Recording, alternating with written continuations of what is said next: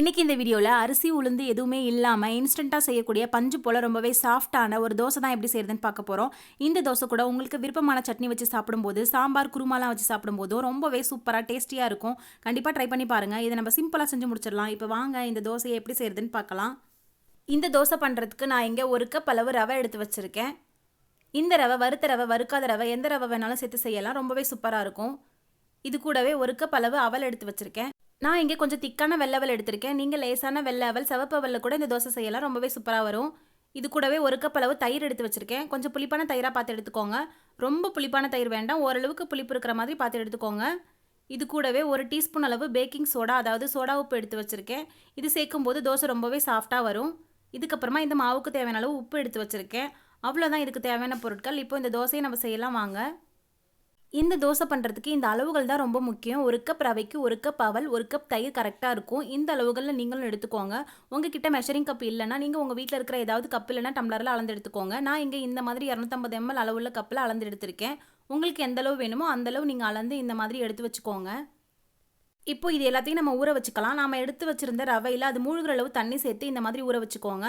இதுக்கப்புறமா நம்ம எடுத்து வச்சுருந்த அவலில் நம்ம எடுத்து வச்சுருந்த தயிரை சேர்த்து நல்லா மிக்ஸ் பண்ணி அதையும் இந்த மாதிரி ஊற வச்சுக்கோங்க. இப்போ இது ரெண்டுமே ஒரு அரை மணி நேரம் மட்டும் நல்லா ஊறி வரட்டும். அதுக்கப்புறமா மிக்ஸி ஜாரில் சேர்த்து நம்ம அரைச்சி எடுத்துக்கலாம். இந்த மாதிரி எல்லா பொருளையுமே நம்ம ஊற வச்சு அரைச்சி செய்யும்போது இந்த தோசை ரொம்பவே சாஃப்டாக பர்ஃபெக்டாக வரும். கண்டிப்பாக இந்த மாதிரி நீங்களும் ஊற வச்சு செய்யுங்க. ஒரு அரை மணி நேரம் மட்டும் ஊறினா போதும். இப்போ பாருங்கள், அரை மணி நேரம் ஆயிடுச்சு. இது நல்லா ஊறி வந்துருச்சு. இப்போ இந்த ரவை அப்படியே இருக்கட்டும். இந்த அவல் தயிர் சேர்த்த கலவையை மட்டும் நாம் இப்போ அரைச்சி எடுத்துகிட்டு வந்துக்கலாம். எந்த அளவுக்கு நைஸாக அரைக்க முடியுமோ அந்த அளவுக்கு இதை நைஸாக அரைச்சி எடுத்துகிட்டு வந்துக்கலாம். அதுக்கு இந்த மாதிரி ஒரு மிக்ஸி ஜாரில் அதை மாற்றி வச்சுக்கோங்க. இப்போ இது நல்லா நம்ம அரைச்சி எடுத்துகிட்டு வந்து ஒரு பாத்திரத்துக்கு மாற்றி வச்சுக்கலாம். நைஸாக அரைச்சிக்கோங்க, அப்போ தான் தோசை சூப்பராக இருக்கும். இப்போ பாருங்கள், இந்த மாதிரி அரைச்சி ஒரு பவுலுக்கு மாற்றி வச்சாச்சு. இப்போது இதில் நம்ம ஊற வச்சுருந்த ரவையை அதோட தண்ணியோடையே இதில் சேர்த்துக்கோங்க. ரவையை நம்ம மிக்ஸி ஜாரில் சேர்த்துட்டு அரைக்க தேவையில்லை.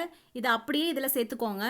சேர்த்துட்டு உங்களுக்கு தண்ணி எதுவும் வேணும்னா மறுபடியும் தண்ணி சேர்த்து இதை ஒரு தோசை மாவு பதத்துக்கு நல்லா கரைச்சி விட்டுக்கோங்க. கட்டிகள் எதுவும் இல்லாத மாதிரி நல்லா கரைச்சி எடுத்துக்கோங்க, அப்போ தான் சூப்பராக இருக்கும். இப்போ பாருங்கள், நான் இந்த மாதிரி தோசை மாவு பதத்துக்கு கட்டிகள் எதுவும் இல்லாத மாதிரி நல்லா கரைச்சி எடுத்துகிட்டு வந்துட்டேன். இந்த மாதிரி கரைச்சதுக்கப்புறமா இப்போ இந்த ஸ்டேஜில் நம்ம எடுத்து வச்சுருந்த சோடா உப்பையும் இதில் சேர்த்துக்கலாம்.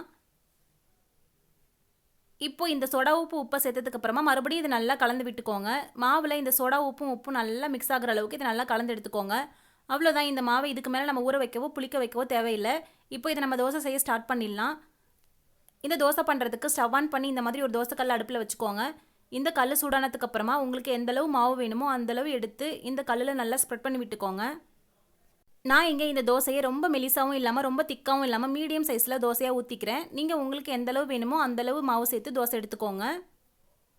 இப்போ இந்த தோசைக்கு மேலே உங்களுக்கு விருப்பமான ஆயில் இல்லைனா நெய் கூட நீங்கள் சேர்த்துக்கலாம். நான் இங்கே ஆயில் தான் சேர்த்துக்கிறேன். இப்போ இது நல்லா ஒரு சைடு வெந்து வரட்டும். அதுக்கப்புறம் நம்ம திருப்பி போட்டுக்கலாம். இப்போ பாருங்கள், ஒரு சைடு நல்லா வெந்து வந்துருச்சு. இப்போ இதை நம்ம திருப்பி போட்டுக்கலாம். இப்போ இதை இன்னொரு சைடும் திருப்பி போட்டு வேக விட்டு எடுத்தால் நம்மளுடைய ரொம்பவே சூப்பரான பஞ்சு போல் சாஃப்டான அவல் தோசை ரெடி. அவ்வளோதான். இதை நீங்களும் உங்கள் வீட்டில் ட்ரை பண்ணி பார்த்துட்டு எப்படி இருந்ததுன்னு மறக்காமல் கமெண்ட்டில் சொல்லுங்கள்.